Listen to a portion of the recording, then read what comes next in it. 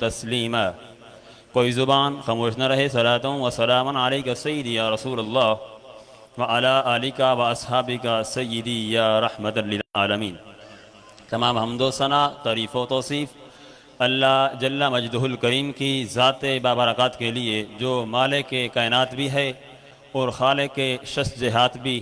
اللہ جل وعلا کی حمد و ثنا کے بعد حضور نبی اکرم، شفیع امم، رسول محتشم، نبی مکرم، اللہ کے پیارے، امت کے سہارے، حضور ختم المرتبت حضرت محمد مصطفیٰ صلی اللہ علیہ وسلم کے حضور ناز میں اپنی عقیدتوں، ارادتوں اور محبتوں کا خراج تحسین پیش کرنے کے بعد، عالی مرتبت محتشم سامعین ذی وقار، اساتذہ و علماء کرام، حاضرین و ناظرین حضرات، السلام علیکم ورحمۃ اللہ وبرکاتہ۔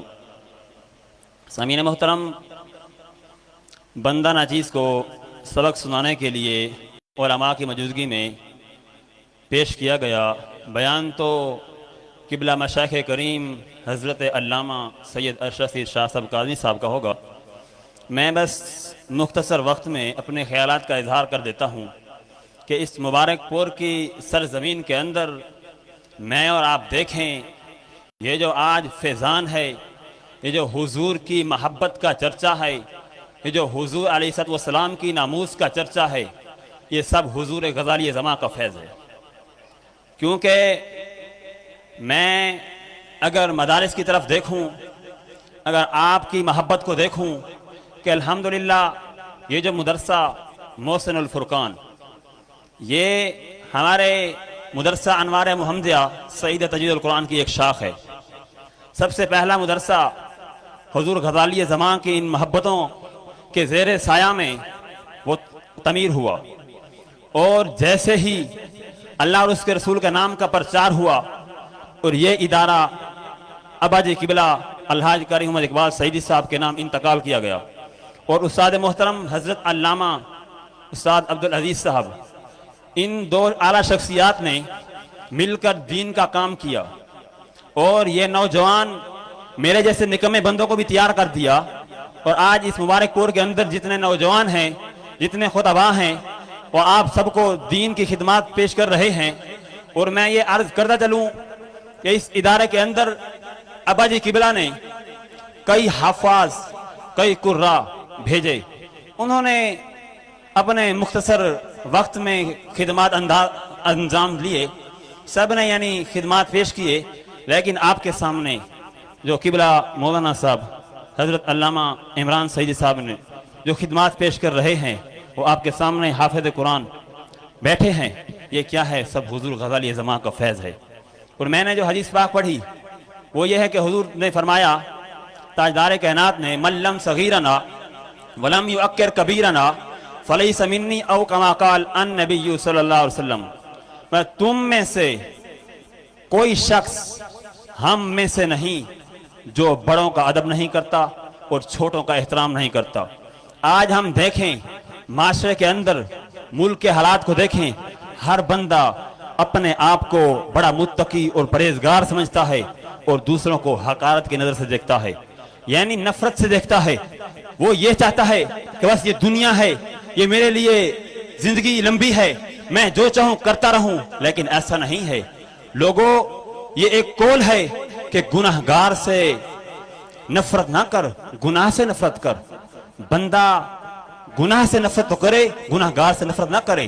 ہم کوئی دین کے ٹھیکیدار تھوڑی ہیں، ہم کسی کو سبق سکھانے کے لیے دین کا ایک بندہ کام کر رہا ہے، اس کے ساتھ مل کر اس کی ہیلپ کرنے کے لیے، اس کی مدد کرنے کی بجائے ہم اس کو رکاوٹ میں ڈال دیں، انتشار پھیلائیں اور ہر نئے دن ایک ایشو کھڑا کر دیں، بھئی آج فلاں ہو گیا، یہ معاملات پیش آ گیا۔ کیسے معاملات ہیں یارو؟ کچھ خوف خدا کرو۔ یہ دین کا کام ایسے نہیں ہوگا جس طرح یہ ماحول بنایا ہوا ہے۔ ہم نے ایسا ماحول بنانا ہے، ہم نے ایسی محافل سجانا ہے، پھر دیکھنا کہ اللہ اور اس کی رضا ہم پر قائم ہو جائے گی۔ اور آخری بات عرض کرتا چلوں، ایک مرتبہ مدینہ کی سرزمین ہے، حج کا موقع ہے، ایک شخص ہے جس کا نام ہے حضرت ابو سفیان ثوری۔ آپ دیکھتے ہیں ایک شخص وہاں پر ہر قدم پر درود پڑھتا ہے، ایک قدم اٹھاتا ہے پھر درود پڑھتا ہے، دوسرا قدم اٹھاتا ہے پھر درود پڑھتا ہے۔ وہ شخص حیران ہوا، وہ کہتا ہے اے نوجوان مجھے بتا مارجا کیا ہے؟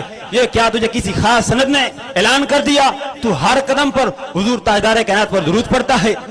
وہ شخص کہتا ہے ہاں میں تمہیں بتاتا ہوں، میں کچھ عرصہ پہلے اپنی ماں کو حج کے موقع پر لے کر آیا تھا، تابعین کا زمانہ تھا، میری ماں نے حکم دیا کہ بیٹا مجھے خانہ کعبہ کے اندر ہی لے جائیں اور اس کی دیوار کے ساتھ میں ٹھہر کر اپنے رب سے گناہوں کی معافی طلب کروں۔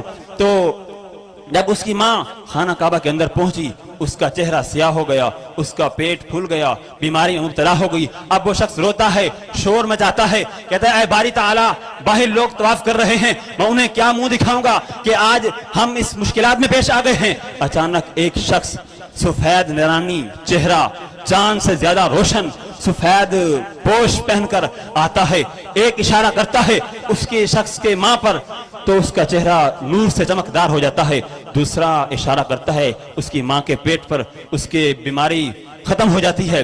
اب وہ شخص پوچھتا ہے اے پیارے نورانی چہرے والے مجھے یہ تو بتاؤ آپ کون ہیں؟ فرمایا میں تیرا محبوب امام محمد صلی اللہ علیہ وسلم ہوں۔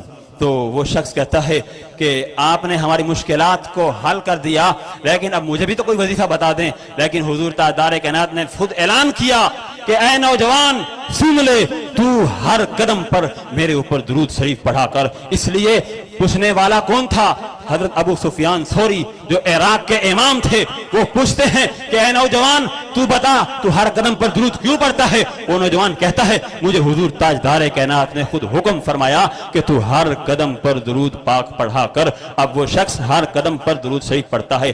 آج میں اور آپ ہر لحاظ سے حضور علیہ السلام پر درود شریف پڑھیں تو ان کے ناموس پر، ان کی عزت و احترام کے لیے، حضور کے دین متین کی خدمت کے لیے اگر ہم جتنا ہی اپنے آپ کو دین کی طرف لگائیں گے، پھر یہاں بھی ہمارے چرچے ہوں گے، آخرت میں بھی ہمارے چرچے ہوں گے۔ رب تعالی ہم سب کو عمل کرنے کی توفیق عطا فرمائے، ہم سب کو علماء کرام کی، اساتذہ کرام کی ادب احترام کرنے کی توفیق عطا فرمائے۔ وما علی الا البلاغ۔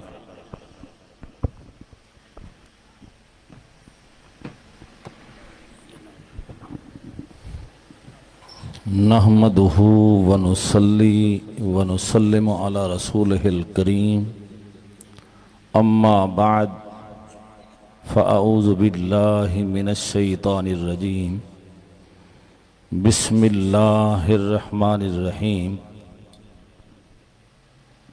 اتل ما اوحي اليك من الكتاب اقم الصلاة صدق الله العلي العظيم